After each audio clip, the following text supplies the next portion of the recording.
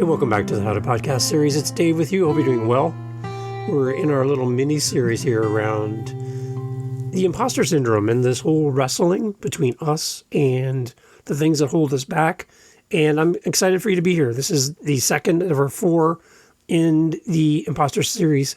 That's 2 series in a row. Back-to-back series. There you go. I guess that's a sports reference. Today we're going to be looking at measuring the doubt. So trying to get an idea about how bad this imposter syndrome is for us, speaking personally, looking in the mirror, and just quantifying imposter syndrome's impact on you and your podcast. So I'm glad you're here. Thank you for listening. My name is Dave. I'm from Ontario, Canada.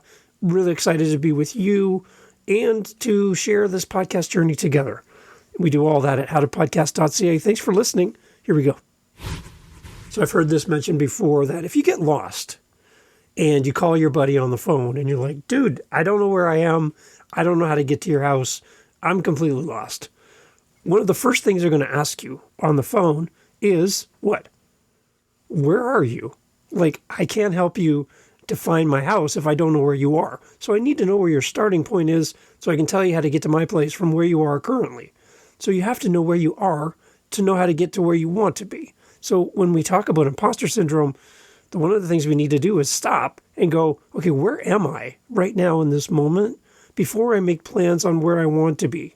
So if you don't even know where you are, I'm asking you to stop, pull out a map, figure out where you are, make a call a friend, and figure out, okay, here's my starting point, and that's what I want to do in this episode together. So there's some tools and some methods for us as creatives, as podcasters, as creators, to use to gauge the severity of the imposter syndrome that we're currently dealing with today. It could be mild, kind of like that show where they eat the wings and it gets progressively hot. We got to figure out where on the scale of hot wings you are with your imposter syndrome so that we can kind of address it and make a plan. Again, realizing where we're starting from so we can work our way towards where we want to be. So you've called me. You're like, Dave, I'm lost. I need to know more about my imposter syndrome. So my first question to you is, where are you? So that I can help you find out where we're going to go. Imposter syndrome can significantly impact podcasters, but quantifying its effects can really help us to address and overcome it. One effective method is journaling. This is great. You can do this with paper and pen. You can do this with your phone app and do a voice message. You can do it through a podcast. Yeah. And you can, by regularly doing episodes, writing in your journal, recording voice memos, by regularly documenting your thoughts and your feelings before, during, and after your podcast recording sessions, you can actually track patterns in your self-doubt. Like, that went really well. That was terrible. What am I doing? I feel like I'm doing great. All of these ways of monitoring and seeing where the patterns are will help you in the long term to kind of map out. Maybe it's something seasonal. Maybe it's something more. So knowing that by documenting it is one of the first steps for you in identifying where are you on this scale and in this journey as you wrestle with your imposter syndrome and your self-doubt. So for example, a podcaster might notice that their anxiety peaks just before interviewing a high-profile guest. This indicates a specific trigger for their imposter syndrome to kick in. Another tool is to use a self-assessment questionnaire. These can include questions like, how confident do you feel about your podcast content on a scale of 1 to 10? 1 being, I have no idea what I'm doing. 10 feels like I could conquer the world. Or how often do you feel like a fraud when discussing your podcast topic? Tracking these responses over time can help provide valuable insights into fluctuations of your imposter syndrome.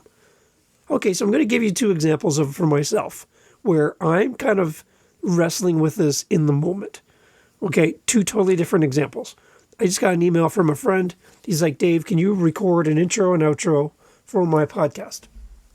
This came out of left field. I don't do voiceovers. Like, it's not something that I promote. I do my own shows, but I've never been asked to record for someone else's show and be the voice of their podcast. So I'm a little bit like, was this like a wrong email? That was my first thought. Oh, he meant to send this to somebody else. No, it's for me, and he wants me to record for him. And you might hear it in my voice. I'm a little bit getting over a cold from the Christmas season. But as my voice repairs and gets back to normal, I'd love to do this, but I've never done it. So imposter syndrome kicks in as soon as that email comes in. Oh, he made a mistake. He didn't mean that for me. And why is that the natural default? Oh, that person made a mistake. They don't want me. They want someone else. No, they're asking me to do that. So that's one example. Just happened. Another one, I was asked by the amazing team at Podmatch to be a part of an upcoming Podcasting Made Simple, where I have to record a 16-minute podcast about a topic that I'm really interested in and I'm really passionate about. But when I compare myself to who they've done and had on in the past, like they're talking about the best of the best in podcasting. And I'm like, I don't know how I even got this opportunity. And I'm thrilled. I'm overwhelmed. And I feel like a little bit of a fraud in that the people that they've had on are at a different level compared to where I'm at in my podcast journey. So in that moment, I feel like maybe someone else should take my spot. I don't know if you've ever felt like that. A promotion at work, a new opportunity, something good happening in your life. And you're like, why is this good thing happening? I'm freaking out. Does that mean something bad is on its way? And you don't embrace and enjoy the moment because you're so nervous about what this good thing could possibly mean to your future. And maybe there's something bad right behind it. And in that moment, you start questioning yourself and you start wondering, well, why me? And why not someone else? Like there's someone else who probably is more eloquent than I am. And in that moment, I have to go, Dave, embrace the moment. There's a reason why it's happening. Don't shut it down and be open to these great opportunities and understand that you know enough to do this topic in a way that will serve others. And if you don't do it, no one else will. Embrace by knowing the tools that you have, by journaling, recording your thoughts on your phone, or doing a podcast in real time, sharing your stress and your journey and your anxiety, and letting people see you become the podcaster you dream of becoming. Instead of waiting till you're perfect, just start now and let people see your journey. People love to watch somebody figure out life. That's why we watch people build a cabin in the woods on YouTube, because people are just figuring it out. They don't know what they're doing. But you want to follow the journey and you want to see them build something in real life in front of them. People want to see you build your podcast and build yourself up as a person in front of them so they can cheer you along and watch your journey and watch you grow. So do something to document what you're feeling in the moment so that you can measure it and compare it and figure out where you are in the moment as you address your imposter syndrome. The second part is the impact on podcast production and your performance as a podcaster. How does your imposter syndrome have this impact on your show? How you feel about yourself has a direct impact on how your podcast is going to do, who you're going to reach, how your show is going to sound, how many people are going to come and listen, how many people are going to stick around and stay with you. Your imposter syndrome can have an effect on the quality of your show and the quality of the performance as you host your podcast. One past podcaster shared how their self-doubt led them to over-prepare for their episodes, like hours and hours for like a 30-minute podcast.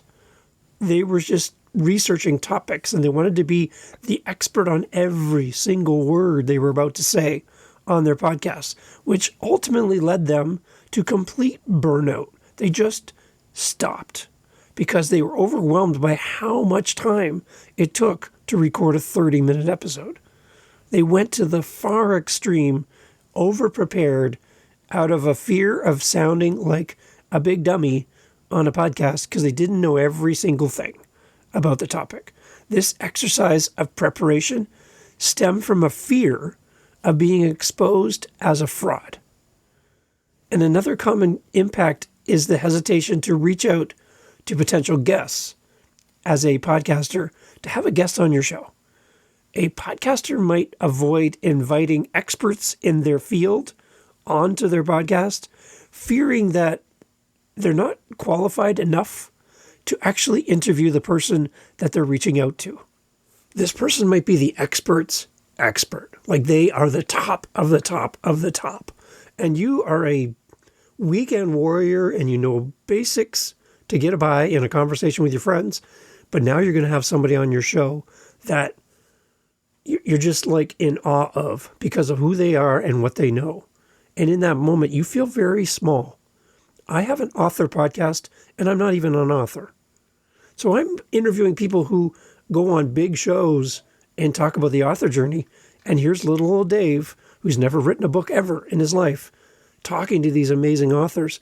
But in that moment, our conversation is different because I'm coming to it from a novice point of view. I'm coming to the guest and asking questions that they don't get asked on some of those other shows when they're interviewed by a fellow peer in their space.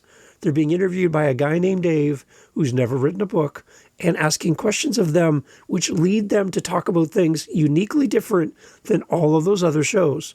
So in that, my podcast serves them in a uniquely different way and makes them want to come on my show, which was very intimidating when I first started the show because I had 0 guests for an interview-based podcast where every episode is an author. Very hard to reach out and find a new guest when you haven't had any interviews ever on your show. Another thing we can do when we're trying to figure out where we are on the scale of imposter syndrome, remember, sitting in the car with no idea how to get to your destination, you got to figure out where you are as a starting point, is to look at and analyze listener feedback and its relation to your self-doubt. So listener feedback, here's a great place to start. When you first start your podcast, listener feedback is kind of this unicorn. You've heard of it, but you've never seen it. You've never happened for you. And it takes time. So don't give up. Keep moving forward. Keep asking. Keep putting the request out. Keep making it super easy. SpeakPipe, buy me a coffee, email, a website, social media, whatever you got, use it and use it on a consistent basis until people go, fine. You keep saying that you will respond. I'm going to take a shot and I'm going to make an opportunity. I'm going to reach out and see what happens. I don't really know if you will, but I'm going to try. And in that moment, make sure you're ready to respond.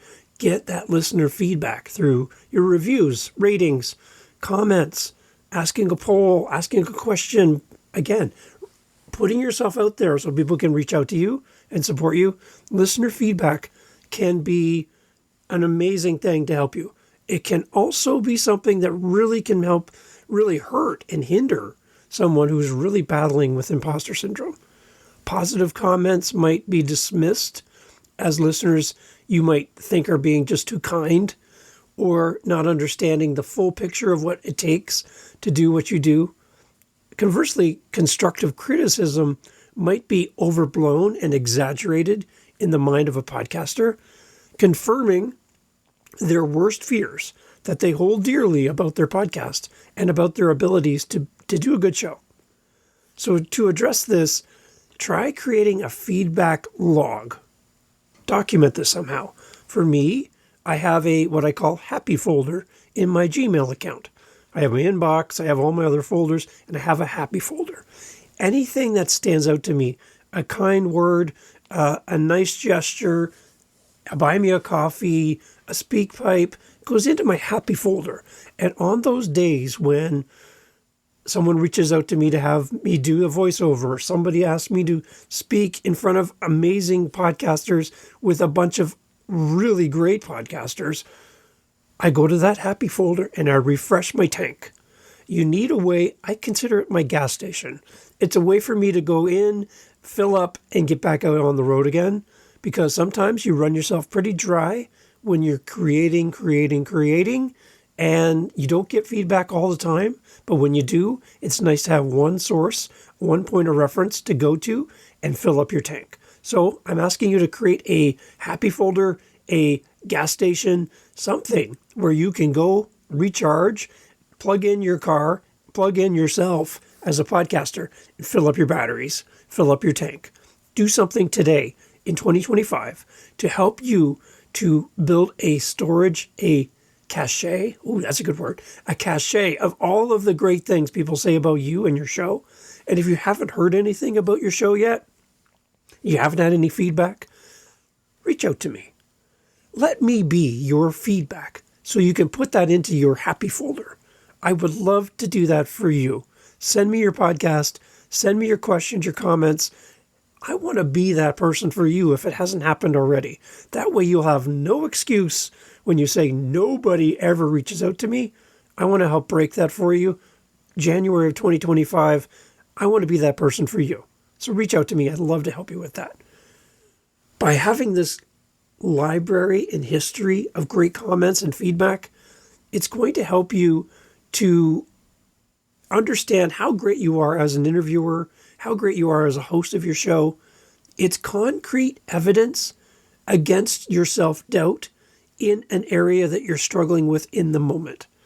And this method is going to help you to separate the fact from the distorted perceptions often associated with the imposter syndrome you're dealing with right now. It's great to have something to counterbalance how you're feeling in the moment. Create a way of capturing that information for future reference. You might not need it right now. You might be great today, but tomorrow something could change and you're going to need those kind encouragement and supportive words that come from your listeners. So create a way of capturing that in the moment so you always have access to it and put it somewhere easy to get to. The next thing for you when you're battling through imposter syndrome and identifying where you are here in the moment is to track progress and setting benchmarks for improvement.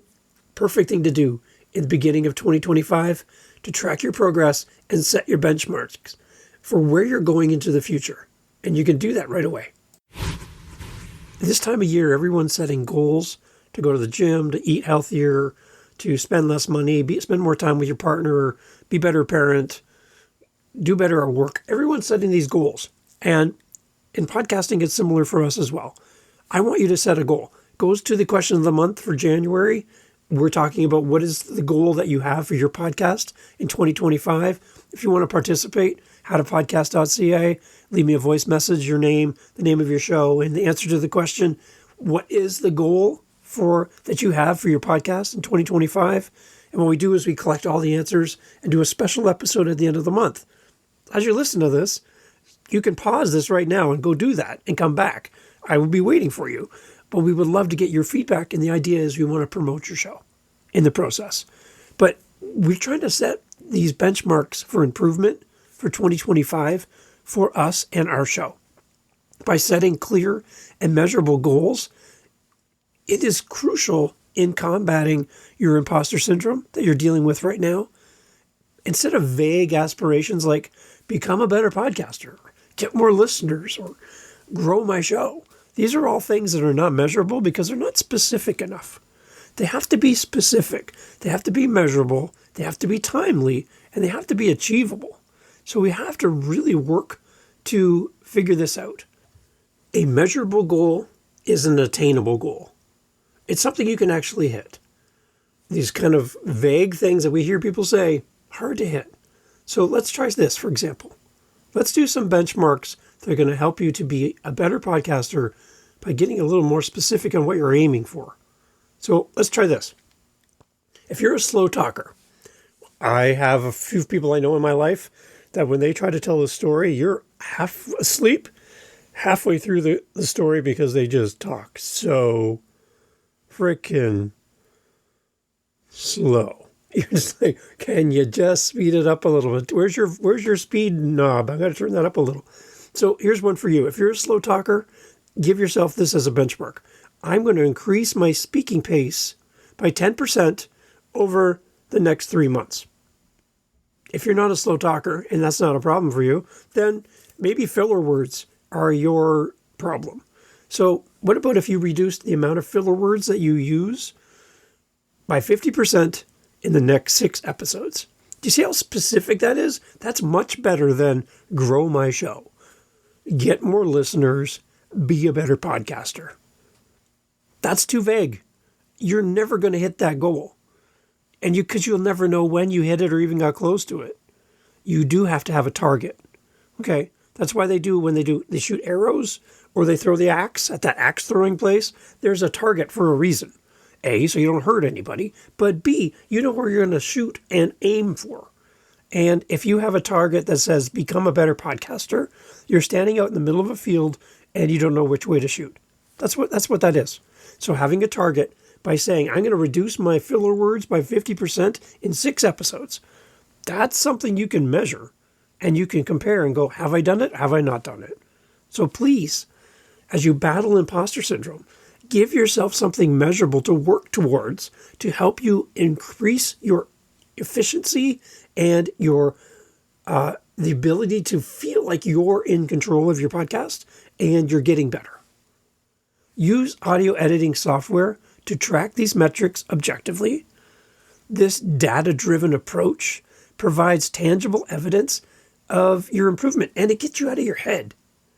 This is also going to make it harder for your imposter syndrome to dismiss your progress, because you can see, have I done less filler words in 6 episodes? Have I not? Your imposter syndrome is going to battle you at all steps of the way, but having something measurable will help you combat any feelings that you're not progressing and not getting better. Additionally, celebrate every milestone you ever achieve, from releasing episode 1, getting 1 new listener, anything, getting to 100 episodes, getting to 500 episodes, getting a coffee donation, someone left you a speak pipe, someone's left you a review. These are all things that are going to help you as you move forward. These are all stepping stones towards the next thing. Celebrate every milestone achieved, no matter how small. This positive reinforcement can gradually build your confidence and reduce the feelings of inadequacy that you might be facing in your day-to-day life as a podcaster.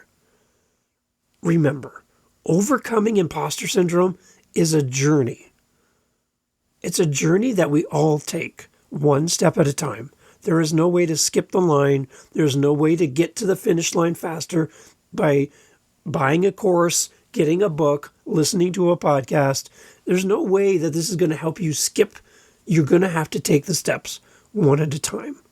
It's a well-worn path with many people who have gone before you, battling the same feelings you're feeling at different levels, yes, but they've all battled these things.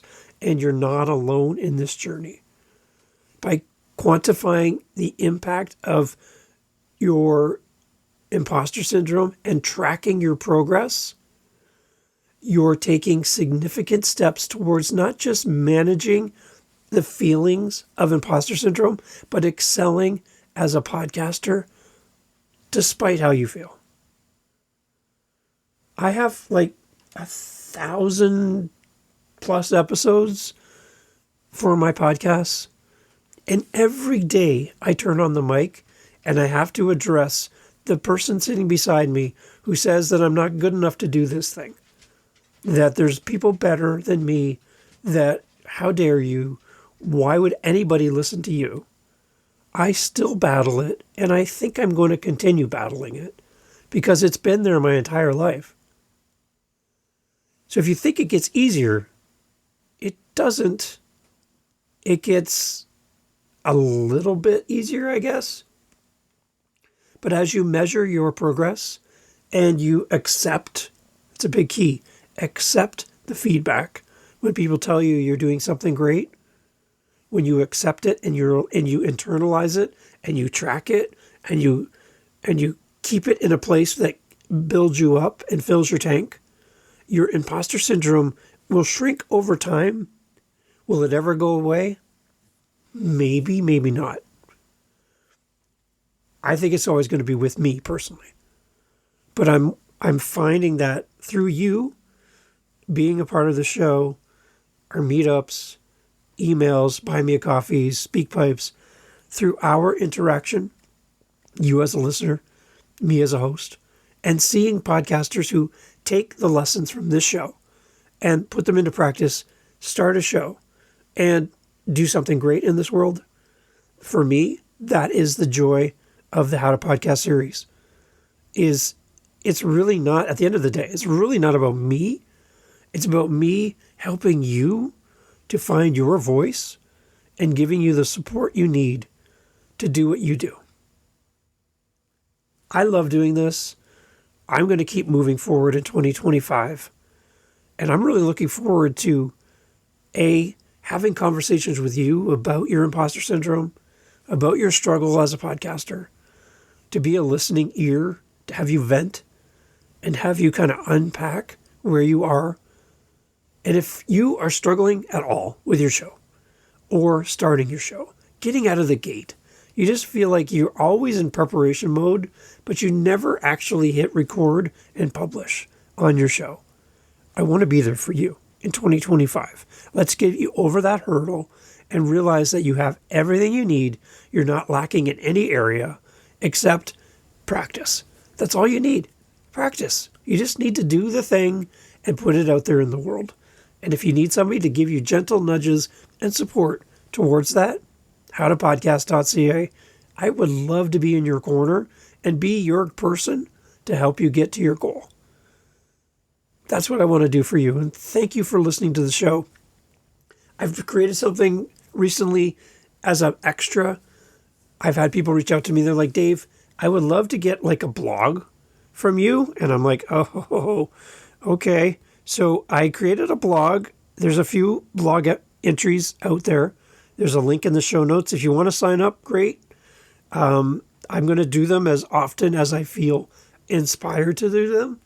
I'm going to try to be committed to this in 2025 to do as many as possible.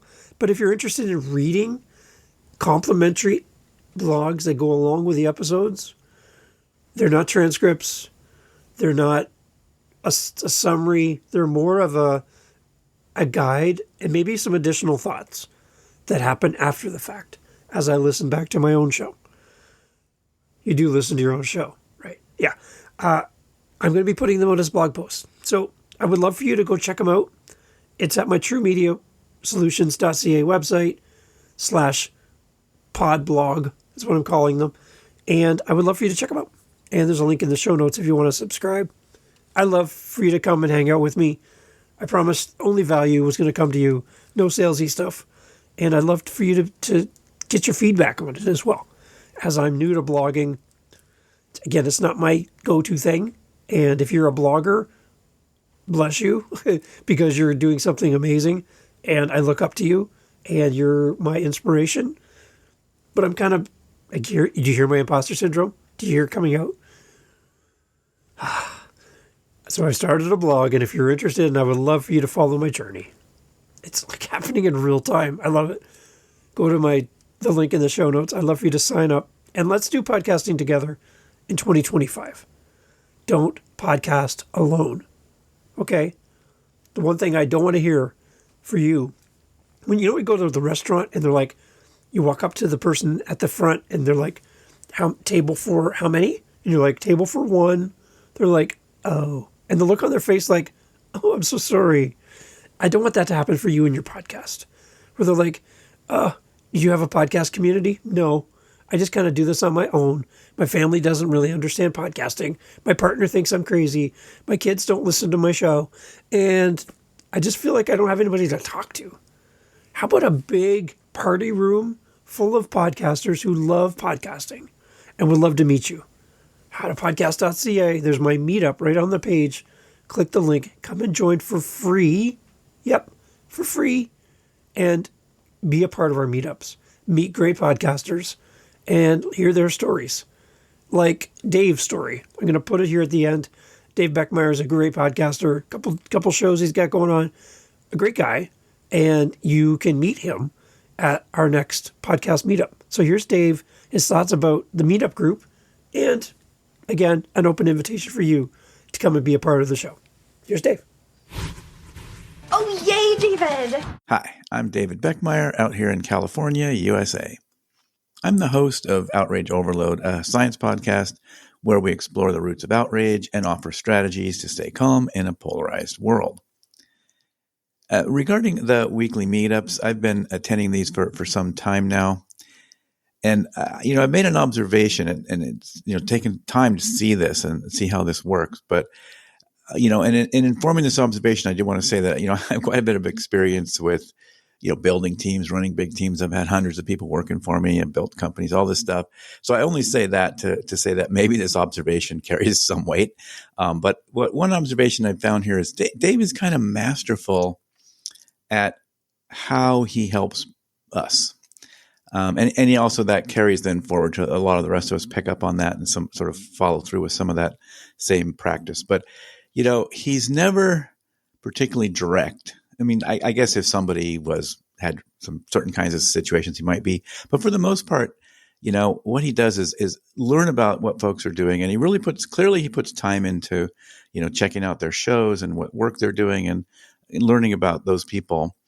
And then, us, the group, and the folks in the group. And then, what he'll do is he'll incorporate some of the things that maybe he sees something in a show that, oh, this person is doing that. And maybe that's not the best idea. And instead of, jumping down that person's throat or really telling them that they're making this big mistake, he'll incorporate into one of his episodes, maybe later, something about that aspect of things. And then we learn along the way that, yeah, that's an interesting thing that I'm probably doing that maybe I shouldn't be doing anymore. And I think he provides help like that in a very subtle way. And it, moves everyone forward. And, Dave, you may not be able to use this part, but I'll clean up this joke. But it very much reminds me of the old joke about the two bulls that are sitting at top of a hill and they're looking down and there's a bunch of cows at the bottom of the hill. And the young bull says, "Hey, let's run down there and date all those cows." And the older one says, "Why don't we walk down there and date them all?" Thanks, Dave. Thank you so much for listening to the entirety of the episode, including this part. You know what? A lot of people leave right now. So we'll let them leave. Give them a second to go. Okay, now it's just you and me. We have our meetups that we do for the How to Podcast series. We do them during the week, and we also do them on Saturdays. So twice a week, you have the opportunity to meet other podcasters, just like you. Some people have just started. Some people haven't even released an episode yet. Some have been doing it forever. And we get together and talk podcasting. We want to help you in community to continue with your show, to start your show, to grow your show. So come and meet listeners of this show in one space on meetup.com. Again, through howtopodcast.ca, you'll see the links. It's completely free to join. Come whenever you have an opportunity to come. There's no commitment. You don't have to sign any waivers. You can just come join us. Come join the conversation. We'd love to have you there because the only thing that's going to make these meetups better is you being there. So I'm hoping you will say yes. And you'll say, "Dave, I'm tired of podcasting by myself. I wish there were people I could connect with that are fellow podcasters and share my frustrations with guests who ghost me and my editing software is crapping out on me and I'm just having this hard time. I'm just having a hard time coming up with podcasts, episodes and titles and all the things and social media. Wouldn't it be great to get in a room with other podcasters and share best practices and learn? 3 of our 4 Saturdays every month are themed. So you have a topic, but that last Saturday of every month is open question and answer. Ask anything. Come meet a podcaster. Come enjoy the podcasting community through howtopodcast.ca. Come to our meetups. Can't wait to see you there.